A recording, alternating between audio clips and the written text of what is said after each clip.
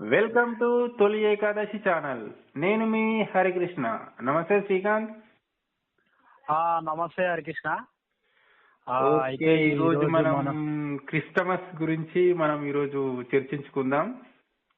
అదే ఇక మనకు డిసెంబర్ వచ్చిందంటే ఇక మనకు తెలుసు క్రిస్మస్ పండుగ వచ్చిందని అర్థమవుతుంటది. అవును.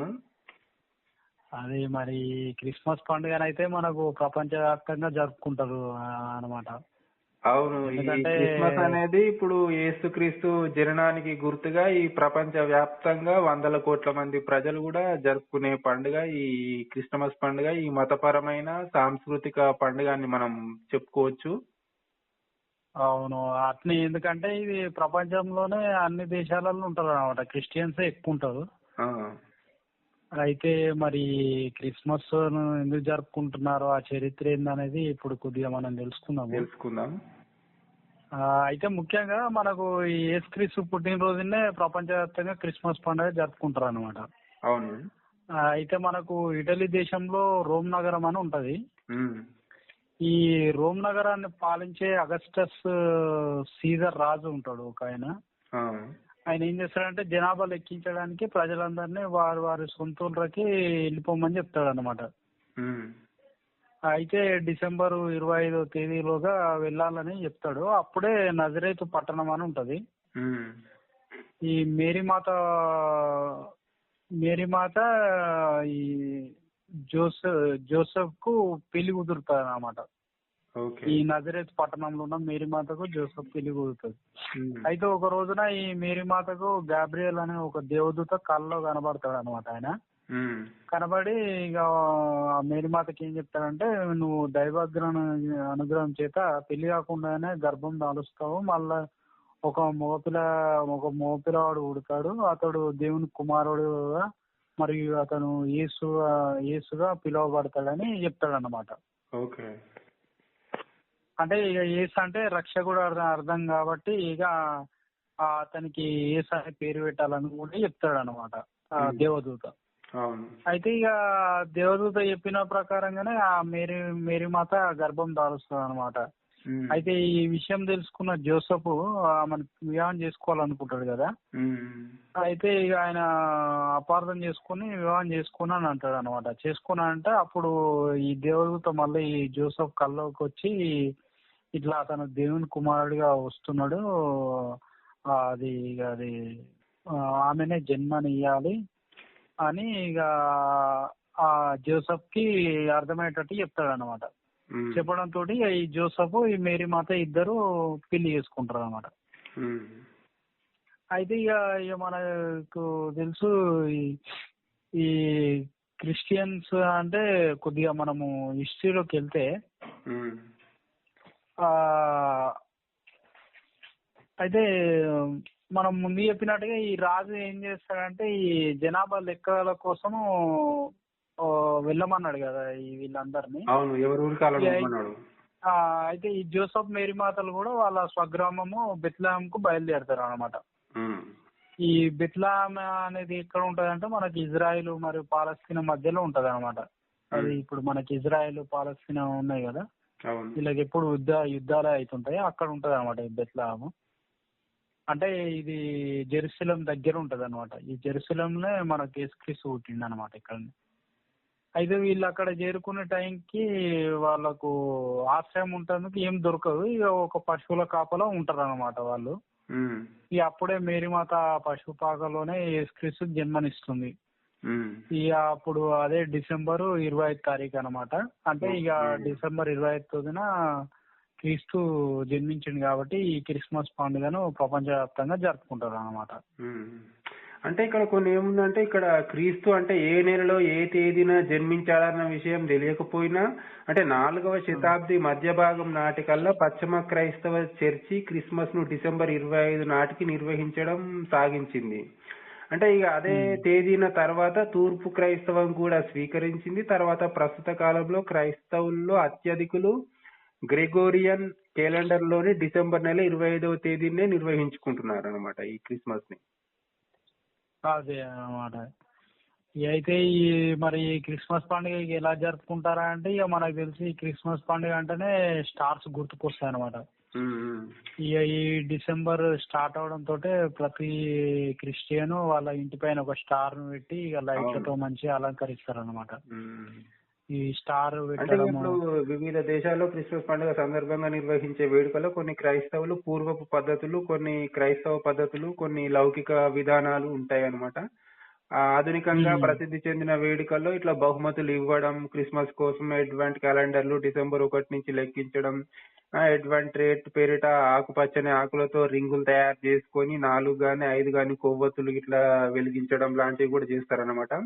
అలాగే క్రిస్మస్ సంగీతం, అందులో క్రిస్మస్ రోల్ అనే గీతాలాపన, తర్వాత క్రిస్టలింగ్ అనే క్రొవ్వొత్తులు వెలిగించడం, తర్వాత క్రీస్తు జననం ప్రదర్శనను చూడడం, తర్వాత సామూహిక ప్రార్థనలు, మళ్ళా ప్రత్యేక విందు, క్రిస్మస్ చెట్లు, క్రీస్తు జననం దృశ్యాలు వంటి వాటికి కూడిన క్రిస్మస్ అలంకరణలు ప్రదర్శించడం వంటివి ఎన్నో కూడా చేస్తా ఉంటారు అన్నమాట. అవును. అయితే ఈ క్రిస్మస్ అన్ని దేశాలు జరుపుకున్నట్టే ఈ జపాన్ లో కూడా జరుపుకుంటారు. అయితే ఈ జపాన్ లో ఏంటంటే వీళ్ళు ఈ క్రిస్మస్ రోజు KFC చికెన్ తింటారు అనమాట. వీళ్ళు అంటే వాళ్ళు రెస్టారెంట్ కి వెళ్ళి ఈ KFC చికెన్ తిని వాళ్ళు మంచిగా ఎంజాయ్ చేస్తారు. ఇక మన దగ్గర అయితే ప్రతి క్రిస్టియన్ ఈ క్రిస్మస్ ముందు రోజు అంటే 24th నైట్ చర్చికి వెళ్ళి ప్రార్థన చేస్తారు, అలాగే పాటలు పాడతారు. ఇక క్రిస్మస్ రోజు మళ్ళా పొద్దున్నే లేచి మళ్ళా చర్చికి వెళ్ళి ప్రార్థన చేసి ఇక మంచిగా చికెన్ మటన్ తో వాళ్ళ బంధువులతో కలిసి భోజనం చేస్తారు అన్నమాట. అయితే ఇక మనకు ఈ తెలుసు ఈ క్రిస్మస్ అనేది క్రిస్టియన్స్ జరుపుకుంటారని. అయితే ఈ క్రిస్టియన్స్ గురించి కొద్దిగా మనం హిస్టరీలోకి వెళ్తే మనకు యూరోప్ ప్రాంతం అంటే ఈ జర్మనీ, బ్రిటన్ సైడ్ అన్నమాట. మొత్తం యూరోప్ అని పిలుస్తాం కదా, మన లండన్ ఇదంతా యూరోపే కదా. అటు సైడ్ ఏంటంటే మనకు జూడాయిజము, క్రిస్టియన్, ఇస్లాం అనే 3 మతాలు ఉంటాయి అన్నమాట. అయితే ఈ 3 మతాలు ఏర్పడడానికి మెయిన్ ఏంటంటే అబ్రాహం అనే వ్యక్తి అన్నమాట. అబ్రాహం అనే వ్యక్తి మొదలు పెట్టిండని చెప్తారు. అయితే ఈ అబ్రాహం గురించి 3 మతాల గ్రంథాలు అంటే ఇప్పుడు జూడాయిజము తనాకు, తోరా గ్రంథాలు ఉంటాయి వాళ్ళకి. అట్లనే క్రిస్టియన్స్ కి బైబుల్ ఉంటది, ఇస్లాం కి ఖురాన్ ఉంటది అనమాట. ఈ 3 మతాల గ్రంథాల్లో ఈ అబ్రాహం గురించే ఉంటది అనమాట. అయితే ఈ అబ్రాహంకి 2 భార్యలు ఉంటారు అనమాట. వాళ్ళ పేర్లు సారా మరియు హజారా. అయితే ఈ హజారాకి ఇస్మాయిల్ అనే కుమారుడు ఉంటాడు అనమాట. సారాకేమో ఐజాక్ అనే కుమారుడు ఉంటారు అనమాట. 2 భార్యలకి 2 కొడుకులు ఉంటారు. అయితే దేవుడు ఒకసారి ఏం చేస్తాడంటే ఈ అబ్రాహింకి కల్లోకి వచ్చి తన 2వ కుమారుడు అయిన ఐజాక్ ని బలియమని ఆదేశిస్తాడు అనమాట. అప్పుడు అబ్రాహం ఏం చేస్తాడు, ఈ దేవుడి మీద ఉన్న నమ్మకంతో వాళ్ళ కొడుకుని బలి ఇవ్వబోతాడు. అప్పుడు దేవుడు ప్రత్యక్షమయ్యి అతన్ని దేవదూతగా మరియు విశ్వాస పాత్రుడిగా చేసుకుంటాడు అనమాట. అయితే ఇక్కడే ఈ జూడాయిజం, క్రిస్టియన్స్ వీళ్ళు దీన్ని నమ్ముతారు. అంటే ఈ ఐజాక్ ని అదే బలి ఇచ్చిండని వాళ్ళు నమ్ముతారు అనమాట. అయితే ఇస్లాం మతం ఏం చెప్తుందంటే ఇక్కడ బలిచ్చింది సారా కొడుకు ఐజాక్ ని కాదు, హజారా కొడుకు ఇస్మాయిల్ ని బలిచ్చిరని వీళ్ళు నమ్ముతారు అనమాట, మన ఇస్లాం మతం వాళ్ళు. ఇక వీళ్ళిద్దరి మధ్యలోనే ఇట్లా భేదాలు వచ్చి ఇక వాళ్ళు అట్లా చీలిక ఏర్పడింది అనమాట. ఈ జూడాయిజం, క్రిస్టియన్ ఇద్దరు ఒక సైడ్ వెళ్ళిపోతారు, ఇస్లాము ఒక సైడ్ వెళ్ళిపోయారు అనమాట. ఇక మళ్ళా ఈ జూడాయిజం, క్రిస్టియన్స్ వీళ్ళు ఇద్దరు నమ్మేది ఒకటే అయినప్పటికీ మళ్ళా వీళ్ళిద్దరి మధ్యలో కూడా చీలికలు వచ్చినాయి మళ్ళా. ఈ జూడాయిజం లో ఏంటంటే యూదులు ఉంటారు అనమాట, యూదులు అని అంటారు. వీళ్ళు మనకి ఇజ్రాయెల్ లో ఉంటారు కదా. వీళ్ళు ఏందనంటే ఒక దేవదూత వస్తాడు, అతను ఆ దేవదూత వచ్చి ఈ మనకు ప్రవక్తలాగా ఉండి మనకు బోధన చేస్తాడని వాళ్ళు నమ్ముతారు.